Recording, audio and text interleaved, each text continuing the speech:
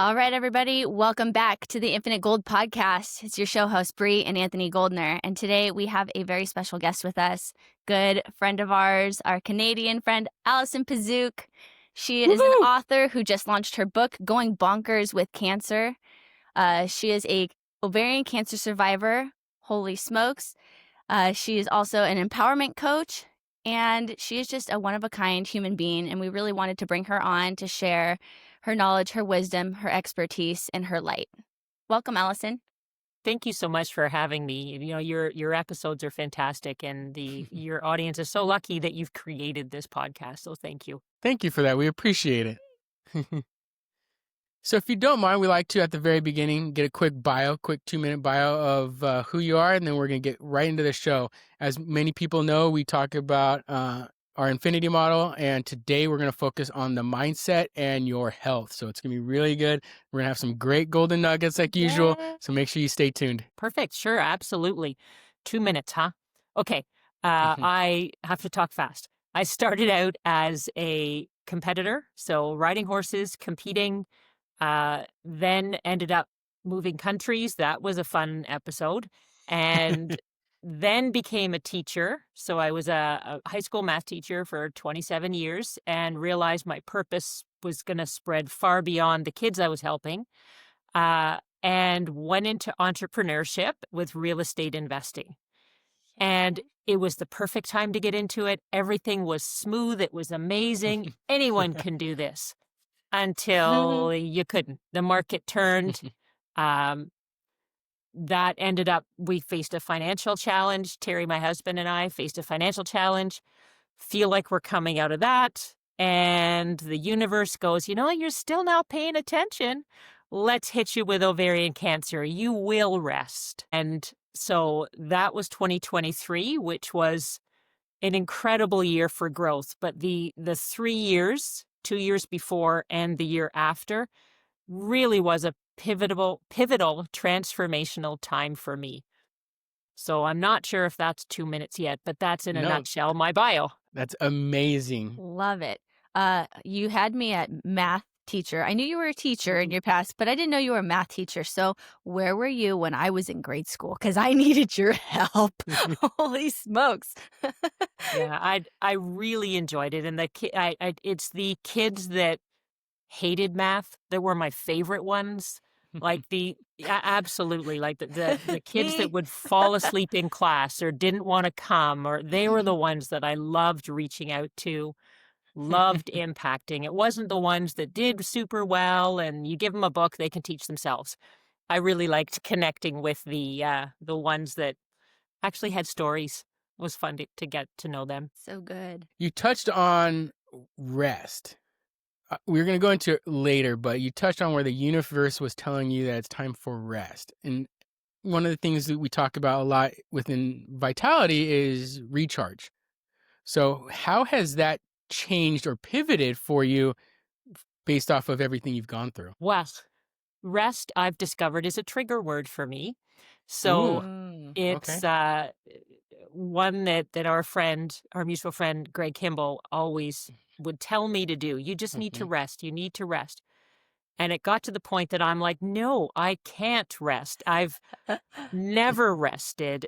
Even as a child, mom said to me recently that it was always, you always wanted to know what other people were doing. You always had to be active. And, you know, then, being around animals and riding, and then heading into teaching where you're on the go all the time, and then the entrepreneurial world where the mindset is who needs to sleep? Sleep on your dad, sleep's overrated. I say that too often. Apparently you do need to sleep. Your body does need to heal. And if you don't, it will give you some sort of reason to do it. No, that's so true. And one of the things that we've built out are routines, and one of them has to do with the evening routine and having a routine in order to help you sleep and get that recharge that you need. Do you do something like that, or is that something that you implement? As of about 3 weeks ago, yes. So okay, and how's that going? It's actually going super well. I had a regular routine, but it was kind of loosey-goosey. You get ready for bed, you clean your teeth and everything. And then I would write in my gratitude journal, Yeah. and that was it. Love it. But Oof. now it's more of I stretch. I've got a routine that I go through where I'm Yeah. Oh, so just good. very doing a loose, quiet, relaxing stretch while Mhm. I'm breathing. So there's a lot of deep breathing with it as well. Yes. Then write in the gratitude journal. And by then I can barely keep my eyes open. I'm just done and I'm sleeping so much better. So good. What have you felt the difference since you started doing that new routine now? What's the difference that you feel, things that you've noticed? Always woken up and be ready to go. As soon as my eyes are open, I'm like, all right, let's go. Uh, but I was starting to hit the wall around Mhm. 3 or 4 o'clock. Then when I was going to bed, I'd be awake between 3 and 4. It's when your cortisol Oof. levels are kicking in and that sort of thing. Mhm. So I would be awake then and then have to go back to sleep. So it was always very disturbed. Since then, I'm just let me go. I'm fine during the day. I'm not Yes. waking during the night. So it's amazing Wow. what that routine can do. It seems overrated, and a lot of people tell you to do it, and you're like, yeah, yeah, yeah, I'll do it next week. Yeah, Mhm. but Oh, it's that's so important. good. No, I love that. The fact that you're now sleeping through the night and you're not getting that interrupted window and then Hmm. having to go back to sleep and then crashing in the middle of the day. That's so good. People start taking notes. That's awesome. One of the things you mentioned as well is mindset. How has your mindset shifted throughout the years from that go, go, go mentality to maybe not as go, go, go, but still embracing that mentality that you do like to get shit done? I'm still working on it. The When I was teaching in particular was very much a fixed mindset. Which Yeah. seems funny in an educational institution that you should be yourself, you should be growing. And I Hmm. would impact my kids. I want them to grow. Yeah. But I guess I would say typical teacher from my perspective is that I can tell the others to do it, but I don't have to do it myself. Um, so Do very do as I much say, not things, as I do. yes, exactly. Very much things happen to me. Life isn't fair, Ooh. filled with Wow. FOMO. Um, Yes. I actually read Think and Grow Rich back at that point, or at least I started to, and I thought, oh my God, this is the worst book ever. And which is hilarious now looking at it from the other side. Yep. It's And a great then, book. Definitely recommend it. yeah, exactly, 100%. Now, back then, no, I wouldn't have recommended it. And then Yes. in the middle, just being a little bit more aware of the synchronicities and how they aren't really coincidences, that people are coming into my life at a certain point, and Hmm. starting to recognize that they're not just random events. Having, for instance, driving the car, if you're in a rush to go somewhere, if you have the mindset of, oh my God, I'm going to be late, and you hit every single red light versus, Been there. I'll get there in time. It's not a problem. Yeah. Every time I go through a green light, thank you. And it's just amazing Yes. how Ooh. how many green lights you get and how many close parking spots that you get when you're grateful for what you have. Hmm. Love and forgiveness, and really and truly starting with yourself, like self with a capital S. So I've Yes. started saying myself and separating the words rather than myself. Oh. Hmm. That's Ooh, powerful. that is. And then now, being far more of a growth mindset, that things are happening for me. Mm. So, Yes. for instance, we're back in doing real estate and that sort of thing. So when we don't get our offer accepted, it's like, all right, wasn't a place for me. Let's go find another one. It's so much more Oh, Moving calming. on. that's so I'm good. 100% responsible for me. There's no one else to blame. And that's including the cancer. 100% responsible. I brought it on myself. Um, like money and stuff. I'm just reading because I actually had that written down. Money and stuff isn't your reason or define your success. That is so good right there. Can you say that one more time for our listeners? Money and stuff isn't your reason, nor does it define your success. That is 100%. so good. Before you move on, you mentioned the cancer and that it was brought upon by yourself. I know that wasn't easy to say, and I know that did not come out like right away. How did you grow to the point of being able to say that, and why is that so powerful? Because that's a big question. It's all of the things that were in place to make me the person who could deal with the cancer. All of the things that happened before that brought me to that point, that allowed me, when I had the diagnosis, to go, oh, okay, cancer, all right, let's get through this. There wasn't the things like in Hollywood when you see this panic and the tears and did I get them? Absolutely. But my first instinct wasn't that. It was, all right, what is this? Where did it come from? Because if I know where it's come from and I know what it is, I'll be able to know how to head it off at the pass. So that was kind of the background on it, and recognizing that that cancer came because of the stress that I've always put myself under. You know, very driven, very people-pleasing, really and truly. With moving countries at 10, coming from Bermuda to Canada at the end of November was kind of a big shift. Never seen snow, had an accent, it just incredible. That transplantation at age 10. And I mean, we all know the story about ham sandwiches. I don't know if your audience does, but No, but explain it. Let's do it. it's, oh goodness, can I say it? Just backing up, I would always try and present myself the way I thought other people wanted, however I thought they were thinking of me or seeing me. Yeah. So I would say, okay, well, I can't really wear that because then they're going to think that I'm poor. Or if I wear or my hair's a certain way, then I'm not going to fit in. And my height, which you can't see on Zoom, but I was 5'11" in grade 6. So I was taller than everybody else. You got that growth spurt real quick. Yeah, taller than all the teachers. And because of that, I stood out like a sore thumb anyway. And so then I'm like, oh, they'll never accept me. They won't want me. And so I was very much in a plum party, like poor little old me, not feeling good enough and always trying to fit in. So the ham sandwich reference is I'm always thinking that they're thinking things about me, but in reality, they're just thinking about what they're going to have for lunch. They're thinking about ham and cheese sandwiches.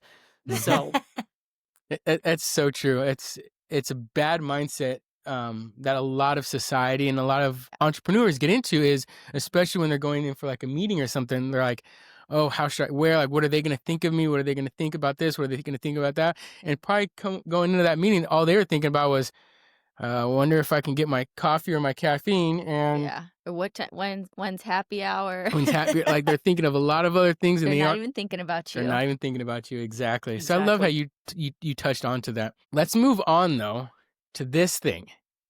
Yes, this is amazing. We love it. We've already given it to Bree's mom, to my mom, who also had bladder cancer. Fought through it. I don't think she's read it quite yet. Not yet, but she was really excited because I told her, I was like, hey, this is Allie. This is my friend I was telling you about, that I've been getting some information and picking her brain on the cancer side of things, how she battled it because of Uncle Sean. And she's like, oh, that's awesome. She wrote a book. I'm so excited to read this. So yeah. How long have you been working on this? When did you start it? Well, even that's a story. Back in 2021 at a summit, Sharon Lecter was there. And for those that don't know Sharon Lecter, she's worked with the Napoleon Hill Foundation for Outwitting the Devil. And she also wrote Think and Grow Rich for Women. And she was there as a guest speaker, and she's having lunch. No one's talking to her. So I'm like, all right, I'm going to go talk to her. That's just the way I got am. this. So I sit down and so just very high level. And then I said to her, if someone was going to write a book, what's your suggestion as to how to do it? And she just opened up. She told me how to do it, how to lay it out, the concepts, the topics. And I went, oh, okay, that's kind of cool. Time to move on. Cool story, bro, type of thing. Hey, I've talked to Sharon Lecter. Let's go. Then No big later, deal. she's on stage speaking, and she calls me out. All of a sudden, she's in the middle, and she says, Allison, you have a story in you, and the next time I see you, I want to see your manuscript. This was called you before. out while on stage. Woo!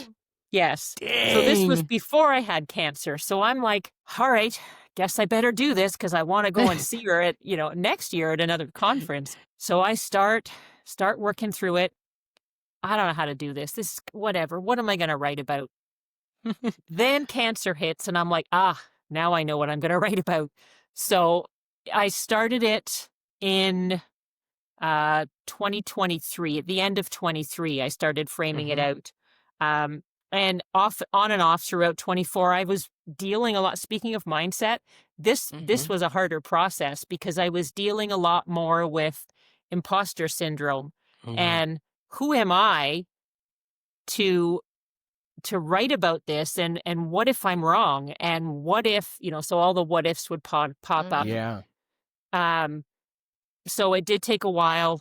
Our friend Bernard, Quisenbing. So when we were at a conference together, he pulled me aside and he says, what's holding you back? And he just, blasted the mindset. And he said, you need to have it done by December. And I went, okay. So by December of last year, I had it done, 24. And then it took from December till July to be able to go through the whole editing and design process, which is still pretty quick. Well, it's awesome. Real quick, it's Going Bonkers with Cancer. The link will be in the bio. You definitely want to get it. It's amazing. Yes. And I will just say that the title, Going Bonkers, some people may look at that and think, why are you making a joke out of this? Bonkers? But Bonkers is actually an acronym. So I always want people to stay bonkers because bonkers is what you need to be able to get the mindset, to be able to feel empowered and courageous enough to face the beast. So B is brave. You have to be courageous. Always, you have to be open to new ideas, open to new treatments. The N is non-conforming. It's okay if you step outside of the doctor's box. Oof, that's good. Okay. Kick ass. You got to be fierce, tenacious. That's our favorite. EONKE. E is emotional. So honor all of your feelings. You will have them all, and it's not wrong for any of them. So make sure you not enjoy, but make sure you embrace them, sit with them, and welcome them. R is resilient. So make sure you believe in yourself, believe in your strength. There we go. And S is for self-advocacy. So make sure you speak up, advocate for yourself. So good. Because if you won't, no one will. Oh my gosh. That's awesome. One of the quotes or one of the things you say in it is, you are not just a patient, you are the CEO of your own recovery. Can you elaborate on that for me? So many people, when they are faced with anything health-related, you kind of feel like you're a victim. You're a patient. You have no control.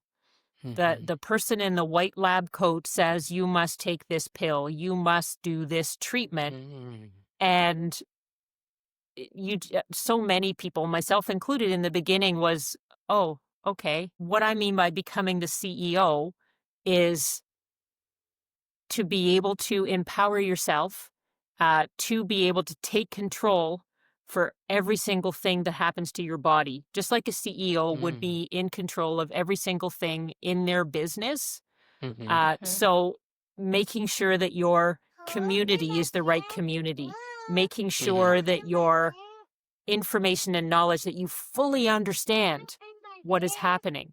Because it's crazy if you think about it, as a CEO of a business, if there was someone who came into their business and said, you need to carry this widget. So you must do this, and it will make you more profitable. The CEO is not going to say, oh, okay, fine, let's put it on the shelf or let's bringing it into the business. They would want to do analysis and look at how it could impact their current business.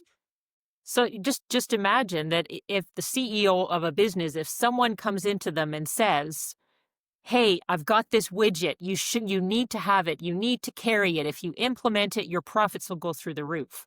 That CEO is not going to implement it unless they go through the analysis, the understanding, and how it's going to impact their business. Why, as humans, don't we do that with our body? Why do we just say, sure, let's just have this treatment or let's take this pill? We don't look at the analysis and see how our body will profit from that. So that's so good right there.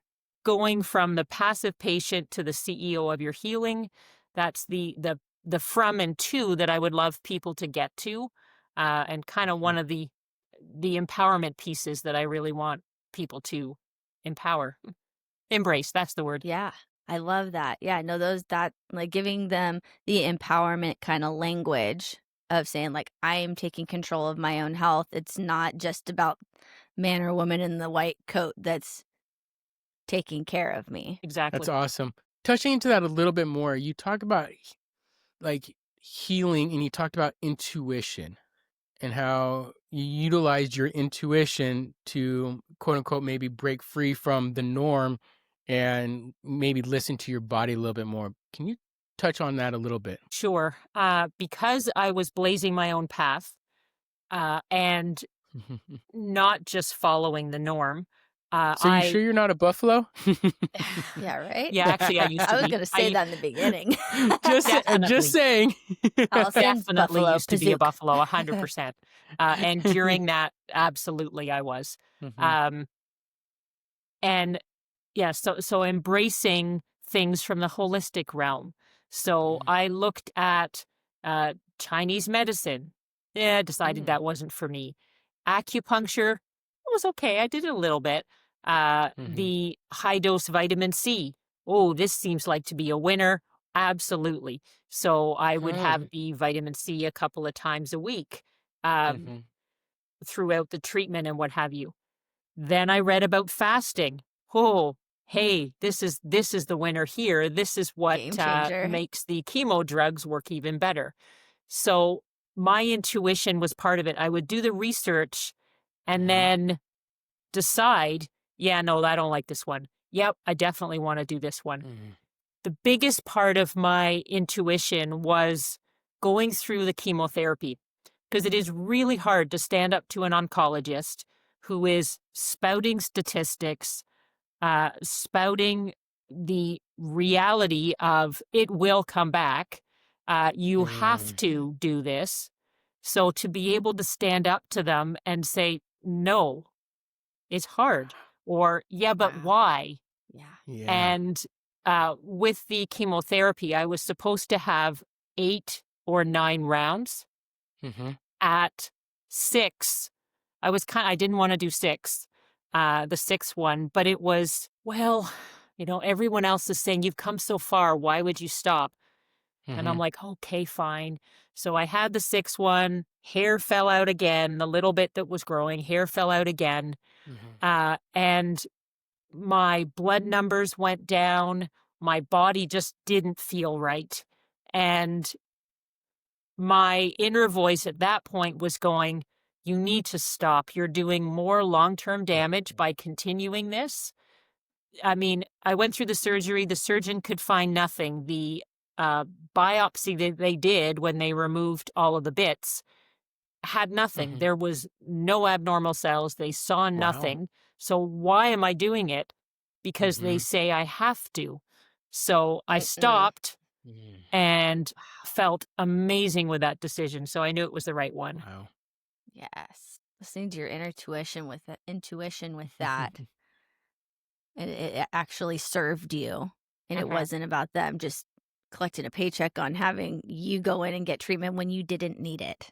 That's right. Yeah.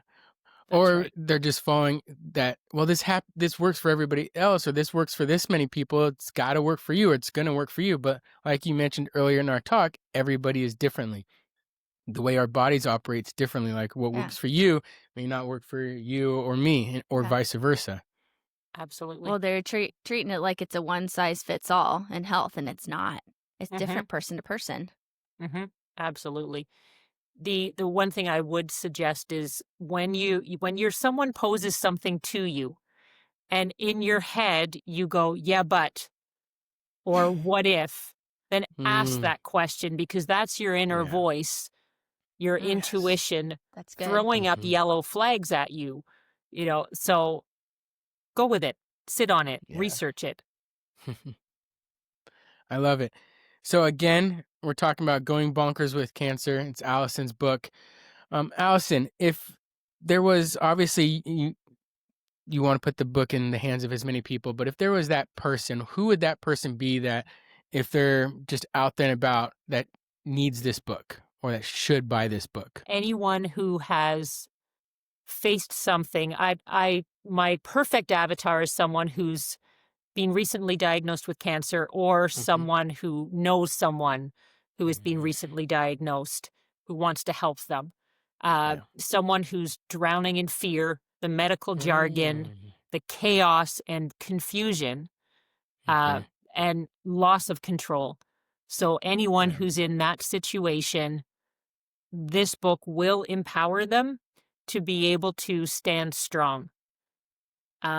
Basically, I wrote the book because it's the book that I was looking for. Oof. I've got in there Yeah. not love just it. my story, but Mm-hmm. all of these bizarre words that the medical people throw around. And they're Mm-hmm. using it all the time, so they know what it means. But I Yeah. have no idea. And I'm trying to keep track. Mm-hmm. Okay, what was that word? What was that word? There's too many. So in Mm-hmm. the back of the book, I've got a glossary with all of the terms, or at least as many as I came across. And then in Mm-hmm. the second part of the glossary, I've expanded on things like fasting, the vitamin Mm-hmm. C, and a lot of the bigger topics, Yeah. just to be able to help people when they're in that and they need support. I love that. One of the things you just mentioned was fasting. And it's something that I've taken on more recently in this past year. And I've done what, 2-3 days, and then I did that 5.5 day. I think it ended up being 5.5 or 6 days. I can't remember. I ended up losing way too much weight too fast. Crazy. My metabolism went through the roof somehow. I guess I'm lucky and I still have a fast metabolism, but for some reason, it skyrocketed. Which, since you know a lot about fasting, can you explain quickly what the benefits are of it, and why does your metabolism actually go up when you're not eating? When a lot of people think that it doesn't, but for myself included and other people, like, it's reset their metabolism so that way it's faster after the fast, or for me, during. Yeah, yeah. Your body is designed from way back when with our ancestors, with the hunter-gatherers, where they would Yep. head out for a feast, they would eat a Mm-hmm. big feast, and then they would have no more food until the next time they catch something. So Yeah. when you're fasting, your body is in cleanup mode. So there's different stages of it depending on if you do a 12-hour fast, which most people do overnight. Mm-hmm. At least I hope they do. Oh shoot, 12 24 hours. hours is I like don't a eat, I gut don't get that much reset. sleep. Yeah.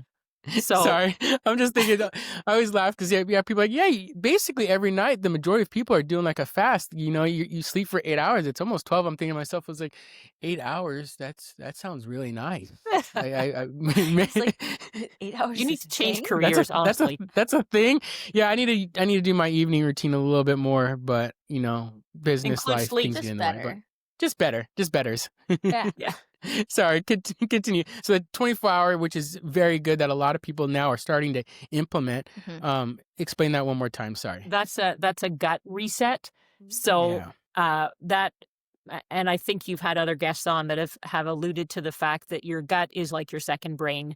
So Yes. when you were being Mhm. formed, your brain and your gut were basically being formed at the same time. So there is something to that. When you say listen to your gut and that kind of thing, it is your second brain. Yeah. But Intuition. correct. But in terms of fasting, your body is normally burning glucose from the food that you eat.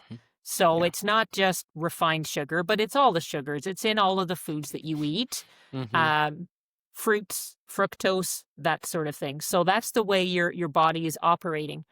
When that food is taken away, your body then flips over and starts burning. Oh dear, I've forgotten the word. Your fat stores. The glucose is coming from your fat stores, Yep. and that is also being held by the liver.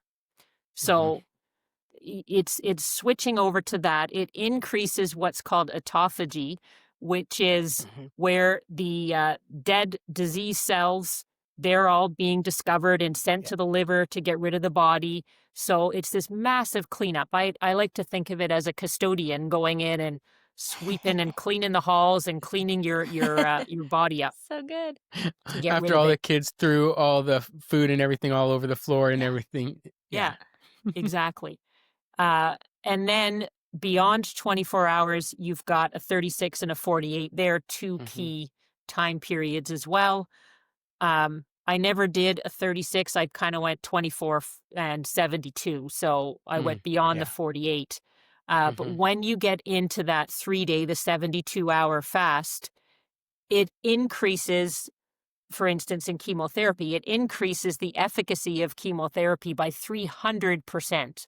It is like not just a little, it's 300%, because your did you body hear that? doesn't have any food or anything to distract it from its job of cleaning out the dead cells, and your stem cells then start releasing. So there's just so many things. Your body is absolutely incredible when you start learning about it and how it just wants to heal and keep you in a neutral state. So when you're off, you're eating too much sugar, then it's going to start to create other, either fat stores or other ways to be able to bring you back. So it's a huge wormhole. That's a whole other. No, that is so good. That's one of the things that we've been realizing, that after doing it, my wife doesn't love them as much as I do, but I'm not a fan. I'm a better person when I eat. I'm sorry. But realizing how, like, I feel 1,000 times better after going through my fast, especially because working so much and putting so much stress on my body, it really does reset me. Anybody who's thought about it, highly recommend you do it. Yes, the first day sucks. It is probably the worst thing ever. But once you get past that first day, maybe 2 days, if it's your first time doing the fast, it's so much better. It's easier. I just highly recommend, if your wife, who is a great cook, is making food in the kitchen for the family, just go for a walk. Just leave the house. You're better off. Don't try to go through it. But yes, I love that. I did not know 300% increase. That's insane. Why does nobody know this? Why does nobody share this? I don't know. That's Exactly. amazing. I'm trying. That info needs to be blasted. It's going to be on ours. That's for sure. That's yeah. one of the reels already. Yep. One Sorry, thing I what were you do gonna want to jump into, just to go back to really quickly, is Bree, as you said that you don't find it easy. You like to eat more. Men and women, believe it or not, are different. What? Yes. And yeah, it's incredible. Didn't But know. We've all learned of that. the medical trials, all of the every sort of clinical trial has always been done on men. It's only been in the past, I think it was 1996 was when they suddenly decided, no, it was later than that. They suddenly decided, hey, maybe we should do some trials on women. They might be different. So in terms of fasting, women can't follow the same fasting as men do.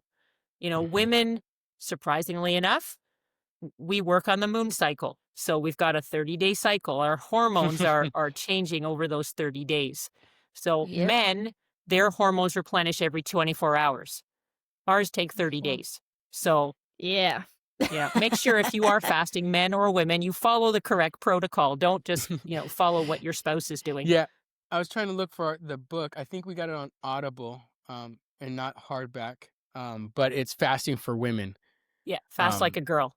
Fast like a girl. That's it. Mindy Peltz. She's fantastic. Absolutely the guru when it comes to fasting. And I learned a lot from her. It's awesome. So good. All right. Well, the last thing that we want to ask you that we always tie up at the end of our podcast episodes are what are 3 golden nuggets that you would share with our listeners that you think that they should know, whether that be if they're enduring something hard like cancer, tackling their mindset, life stuff. What would you tell them? 3 golden nuggets. Let me see. The first one I would say is you are in control. So you have to answer to no one. So Even good. family members and friends, as well-being as they are, some of them don't know what you're going through, and you do not have to be around them during this time. It is all about you. Yes. Oof. It's okay to That be is selfish so if you're good. concerned about that. It's all about you when you're self. Find the survivors. So Mm. don't just, as I've mentioned, don't just jump into what the doctors say. Statistically, this is what will happen. Statistically, I was at the dentist this morning, for instance, and having all sorts of dental stuff done to be able to fix things for my body. And as I'm Mhm. leaving, the receptionist, I told her about the book, and she said, "Oh, my dad had pancreatic cancer, and he was told he had 6 weeks to live." And we challenged and challenged and challenged, and he lived for 3.5 years. Whew. So that's a lot longer than 6 weeks. A So lot. find those survivors. What did they do? And follow Mm. those, like research those, and then follow what Yes. resonates with you. So that would be the second, would be finding the survivors. And the third one, which seems a little bit off of the mindset, but it will definitely help you whether or not you have cancer. You don't know what you're preventing by taking this Mhm. step. Remove refined sugar. Just no more refined sugar. It is in everything. Sugar is almost as addictive as cocaine. Not that I've ever done cocaine nor been addicted to cocaine, disclaimer. Um, but my research says that Yeah. sugar is right up there. It hits all of those dopamine type receptors Mhm. in your head, and cut out the sugar. It is toxic to humans. So just cut Yeah. it out. Love it. Those are 3 Yes. great. The best part about these is we never get the same None of 3 them are the every time. same. And it's awesome. So, Allison, we just wanted to thank you again for coming on. Everybody listening, go buy the book, Going Bonkers with Cancer. By Allison Pazuk. Yes, exactly. The link will Woo! be in the bio. Again, don't forget to like the show, comment. If you have any further questions about any guests that you'd like to have on or any topics you want us to discuss, definitely reach out to us. And again, Allison, thank you so much for being on the show with us, and we'll talk soon. Thank Thank you you, so much. Allison. I appreciate you.